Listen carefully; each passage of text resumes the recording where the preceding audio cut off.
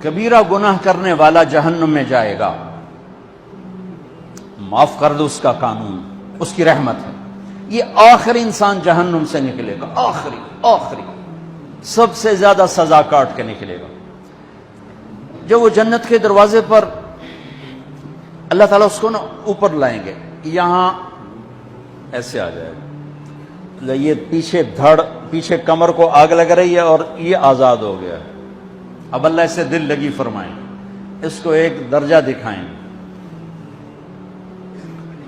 کہے گا یا اللہ مجھے یہ نصیب فرما دے، میری کانڈ سڑ گئی ہے، مجھے وہاں پہنچا دے۔ تو اللہ تعالیٰ فرمائیں گے اگر میں نے وہاں پہنچایا پھر کوئی مانگے گا نہیں، کچھ نہیں مانگتا ایک بہت۔ جب وہ پہنچے گا ابھی اس کا آخری مرتبہ آگے، تو اللہ ایک اور درجہ دکھا دے گا۔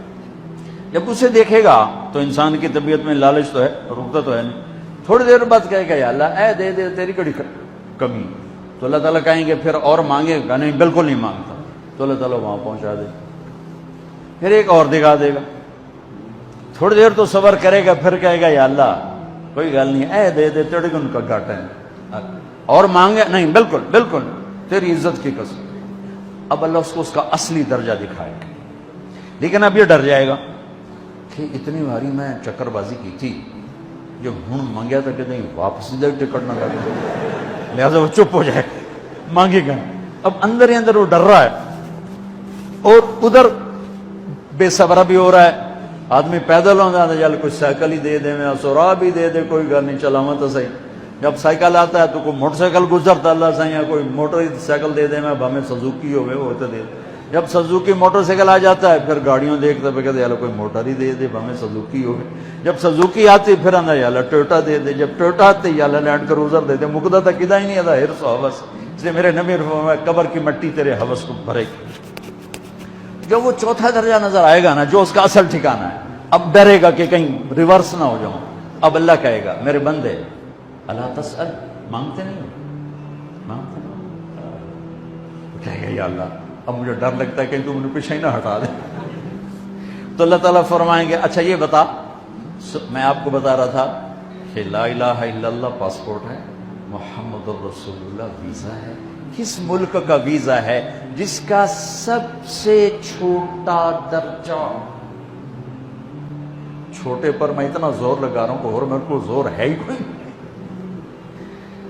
اب وہ بتانے لگا ہوں، اب اللہ اسے کہے گا اچھا میرا بندہ یہ تو بتا، میں نے جس دن دنیا بنائی تھی اس دن سے لے کر جس دن ختم کی تھی اس کا 10 گنا کر کے تمہیں دے دوں، راضی ہو؟ 10 گنا اس دھرتی کا، آج کا نہیں، دنیا کے وہ پیدا ہوئے سائنسدان کہتے ہیں 25 سے 30 ارب سال ہے، ٹھیک، اور پتہ نہیں آگے کب چلے گی، خیر ہن پیچھے تھوڑا ہی کام رہ گیا، تو 10 گنا دے دوں۔ وہ اس کو یقین نہیں آئے گا، بے یقینی میں کہے گا یا اللہ ربو کے ہاسا کیتی جانا میرے نال ہاسا نہ کر۔ تو اللہ کہے گا میں ہاسا نہیں کر رہا، میں سچی کر، چل اب یہ داخل ہوگا، اور جب دروازہ کھولے گا اور نوکر کو دیکھے گا تو یوں سر جھکائے گا، وہ کہے گا میرے آقا کیا ہوا؟ کہے گا تم فرشتے نہیں؟ کہ نہیں میں تو آپ کا نوکر ہوں، اور میرے جیسے 80,000 نوکر ہیں آپ کچھ۔ تھوڑی دور چلے گا تو ایک نور کی چمک اٹھے گی تو سجدے میں سر اپنے آپ کو سجدے میں گرائے گا، وہ پھر کہے گا میرے آقا یہ آپ کیا کر رہے ہیں؟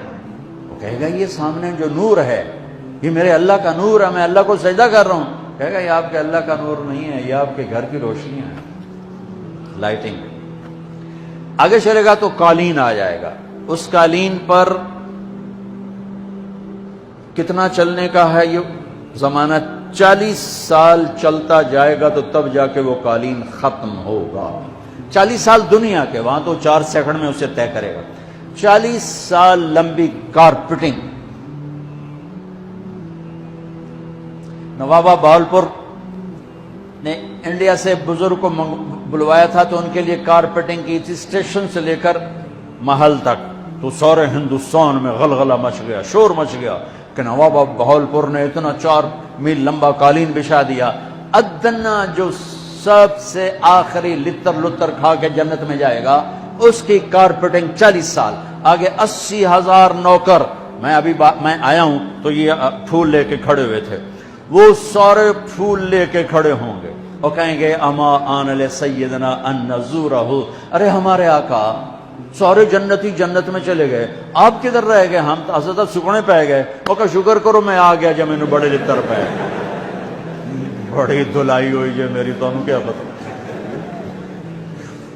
تیرے کی فرشتیاں مار مار تباہی پھیر چڑھ گئی. 80,000 نوکر،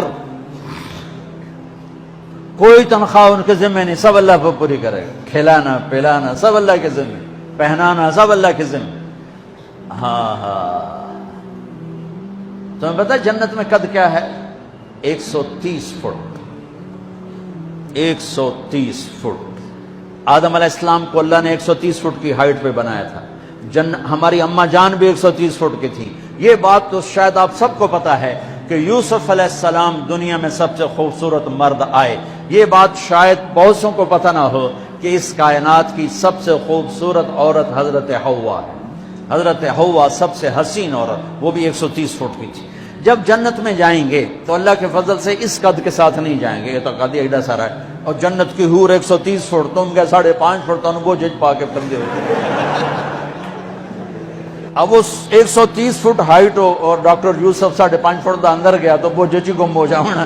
اس اگر میرا ہسبینڈ گیا کہ دیکھا بے پاسے سے جب پاسے جولی ہے جب مغرور.